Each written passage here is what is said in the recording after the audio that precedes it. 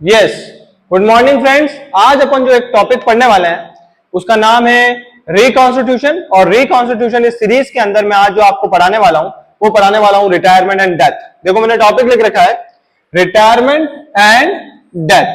अपन जो क्वेश्चन आज पिक करने वाले हैं वो डेथ का करने वाले हैं और एक पर्टिकुलर पार्टनर्स कैपिटल अकाउंट बनाएंगे अपन। ठीक है, पर्टिकुलर मतलब जिसकी डेथ हुई है सिर्फ उसी का पार्टनर्स कैपिटल अकाउंट बनाएंगे और उसको कैसे कैलकुलेट करते हैं वो मैं आपको आज बताने वाला हूं। देखना ध्यान से। Puneet, Pankaj and Pammi are partners, profit and loss in the ratio of 2:2:1। इसका मतलब इसका जो ओल्ड रेशियो है वो क्या है 2:2:1। ओल्ड रेशियो क्या दे रखा है फ्रेंड्स 2:2:1। ठीक है, उसके बाद बैलेंस शीट दे रखी है और बैलेंस शीट में कई सारी चीजें दे रखी है जैसे सन्ड्री क्रेडिटर दे रखे हैं, सन्ड्री क्रेडिटर दे रखे हैं। सन्ड्री क्रेडिटर के बाद आपको कैपिटल अकाउंट दे रखा है। आपको जो ध्यान रखने वाली बात है वो ध्यान रखने वाली बात है कि पम्मी की कैपिटल कितनी है 40,000। अब मैं आगे बताऊंगा कि उसी की कैपिटल याद रखें क्यों जरूरत है। ठीक है, फिर बताऊंगा cash and bank, stock, sundry debtor, investment, furniture, building and so on.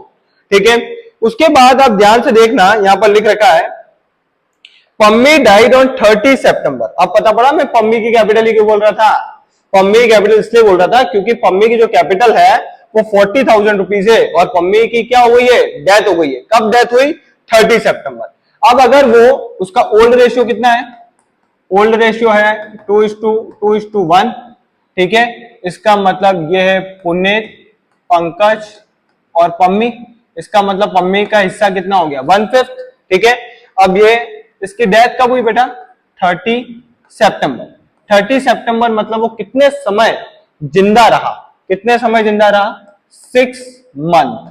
कैसे पता पड़ा 6 मंथ, गिनो अप्रैल, मई, जून, जुलाई, अगस्त एंड सितंबर। सितंबर के अकॉर्डिंग वो 6 मंथ।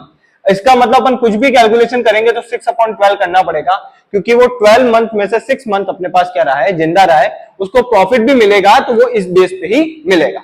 आगे बढ़ते हैं, आगे बढ़ते हैं और क्या लिख रखा है देखना ध्यान से। पहले द डिजीज पार्टनर क्या लिख रखा है, द डिजीज पार्टनर क्या लिख रखा है देखना। The disease partner will be entitled to his share their profit up to the date of death. मतलब जिस दिन उसकी मृत्यु हुई है उस दिन तक का कैलकुलेट करके आपने को देना पड़ेगा। आगे बढ़ते हैं, he will be entitled to share of the goodwill. अब देखो गुडविल कैसे निकालनी है, गुडविल दे रखी है परचेज 3 ईयर। कितने साल की परचेज है 3 इयर्स की परचेज है। कितने साल की परचेज है 3 इयर्स की परचेज है। और कितने साल की गुडविल है last 4 year of profit. Last 4 year कितना दे रखा है 80,000, 50,000, 40,000 एंड 30,000। ठीक है, अब मैं गुडविल की कैलकुलेशन आपको करके बता रहा हूं, ध्यान से देखना। यहां बता देता हूं गुडविल की कैलकुलेशन, ध्यान से देखना। गुडविल जो है वो दे रखा है 2013, 14, 14 से 15, 15 से 16 और 16 से 17 क्योंकि 17 के टाइम पे उसकी डेथ हो गई है 30 सितंबर।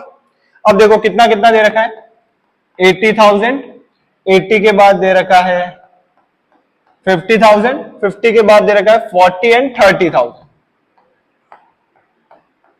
अब अपन इनको क्या करेंगे प्लस प्लस करेंगे तो सबका जो है टोटल आएगा 2 लाख रुपीज। कितना आएगा 2 लाख रुपीज।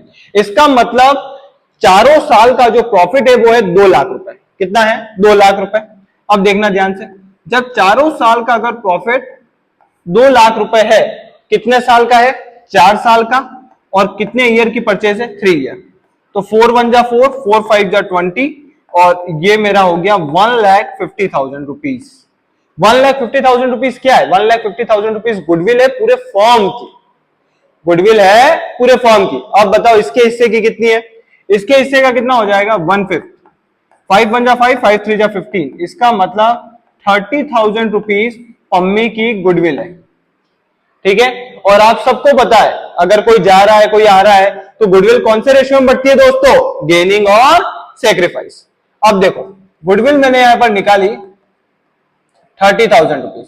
अब ये तो चला गया, अब रेशियो क्या रहा 2:2। 2:2 का मतलब क्या हुआ कट करके 1:1। इसका मतलब 15,000 रुपए पंकज देगा और 15,000 रुपए पुनीत देगा।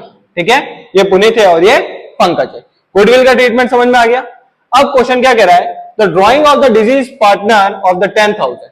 ड्रॉइंग कितनी दे रखी है? 10,000 रुपए। ठीक है, अब देखो ये वाले जो कैलकुलेशन है वो आप उतार लेना, क्योंकि मेरे को समझाने के लिए बोर्ड थोड़ा छोटा पड़ रहा है, इसीलिए मैं क्या करूंगा, इसको मिटा रहा हूं।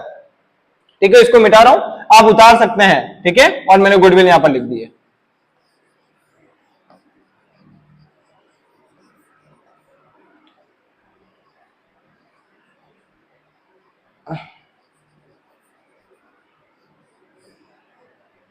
देखना अब क्या कह रहा है, ड्राइंग। ड्राइंग कितनी देर की? देखो ये तो पहली चीज थी। दूसरी चीज क्या है? ड्राइंग। ड्राइंग कितना है? 10,000 रुपीज, है ना। ये क्या करेगा? पार्टनर्स कैपिटल अकाउंट के डेबिट साइड आएगा। क्यों? क्योंकि ये पार्टनर्स कैपिटल को क्या करेगा? कम करेगा। ठीक है, next, interest on capital 12% per annum. तीसरी चीज अपने को क्या देनी है? आईओसी। तीसरी चीज अपने को क्या देनी है? आईओसी। मैंने पहले ही कहा था पम्मी की कैपिटल कितनी है? 40,000 रुपीज। ठीक है, यहां पर लिखते हैं पम्मी कैपिटल कितनी है? 40,000 रुपीज। अब कैलकुलेशन कैसे होगी ध्यान से देखना। 40,000 रुपए उसकी कैपिटल है, आईओसी कितना मिलना है? 12%, और कितने महीने के लिए? 6/12। 12 से 12 कट गया, 0 से 0 कट गया, तो पम्मी की कैपिटल को कितना मिल रहा है? मतलब आईओसी उसको कितना मिलेगा? 2400 रुपीज। ठीक है, याद रखना गुडविल कितना मिल रहा है? 15,000 दोनों मिलकर 30,000 रुपीज देंगे पम्मी को। उसके बाद ड्राइंग जो है वो 10,000 रुपीज से उसकी खुद की कैपिटल के अंदर क्या हो जाएगा? डेबिट हो जाएगा। उसके बाद आईओसी जो है वो कितना है? 2400 रुपीज। डन है यहां तक मामला? आगे बढ़ता है। और तो कुछ दे ही नहीं रखा है, और बोला है कि पम्मी का कैपिटल अकाउंट मेंटेन करो और एग्जीक्यूटर अकाउंट में कितना सेटल हो रहा है पैसा वो बताओ। ठीक है, तो अपन शुरू करते हैं पम्मी के कैपिटल अकाउंट से। अब देखना ध्यान से, मैंने सारी चीजें आपको, आप देखो ध्यान से, अगर सारी चीजें मैंने ना आपको लिख कर दे दी है। यहां देखो, सबसे पहले मैंने बोला था आपको पम्मी की कैपिटल कितनी है? 40,000। ठीक है, तो पम्मी की कैपिटल लिख दी। उसके बाद प्रॉफिट एंड लॉस सस्पेंस कैसे आया ये मैं अब बताने वाला हूं आपको। पुनित कैपिटल और पंकज कैपिटल ये दरअसल गुडविल का अमाउंट है। मैंने आपको निकाल के दिया 15,000 एंड 15,000 रुपीज। कितना है? 15,000 और 15,000 लिख दिया। 15,000 15,000, 40,000 रुपीज ये भी लिख दिया। आईओसी मैंने आपको निकाल कर दिया, कितना है? 2400, ये आ गया 2400। रिजर्व, रिजर्व कैसे आया ये भी मैं आपको अभी बताता हूं। और ड्रॉइंग मैंने आपको लिख कर दिया है, कितना है? 11। अब आता है प्रॉफिट एंड लॉस सस्पेंस की। याद करो आप बात, 2016-17 का लास्ट ईयर के प्रॉफिट के ऊपर कैलकुलेशन करना था, और वो कैलकुलेशन प्रॉफिट कितना था? 30,000 रुपीज लास्ट ईयर का प्रॉफिट था। प्रॉफिट क्या होगा? Till the date of death, मतलब जिस दिन उसकी मृत्यु हुई है उस दिन तक का मिलेगा।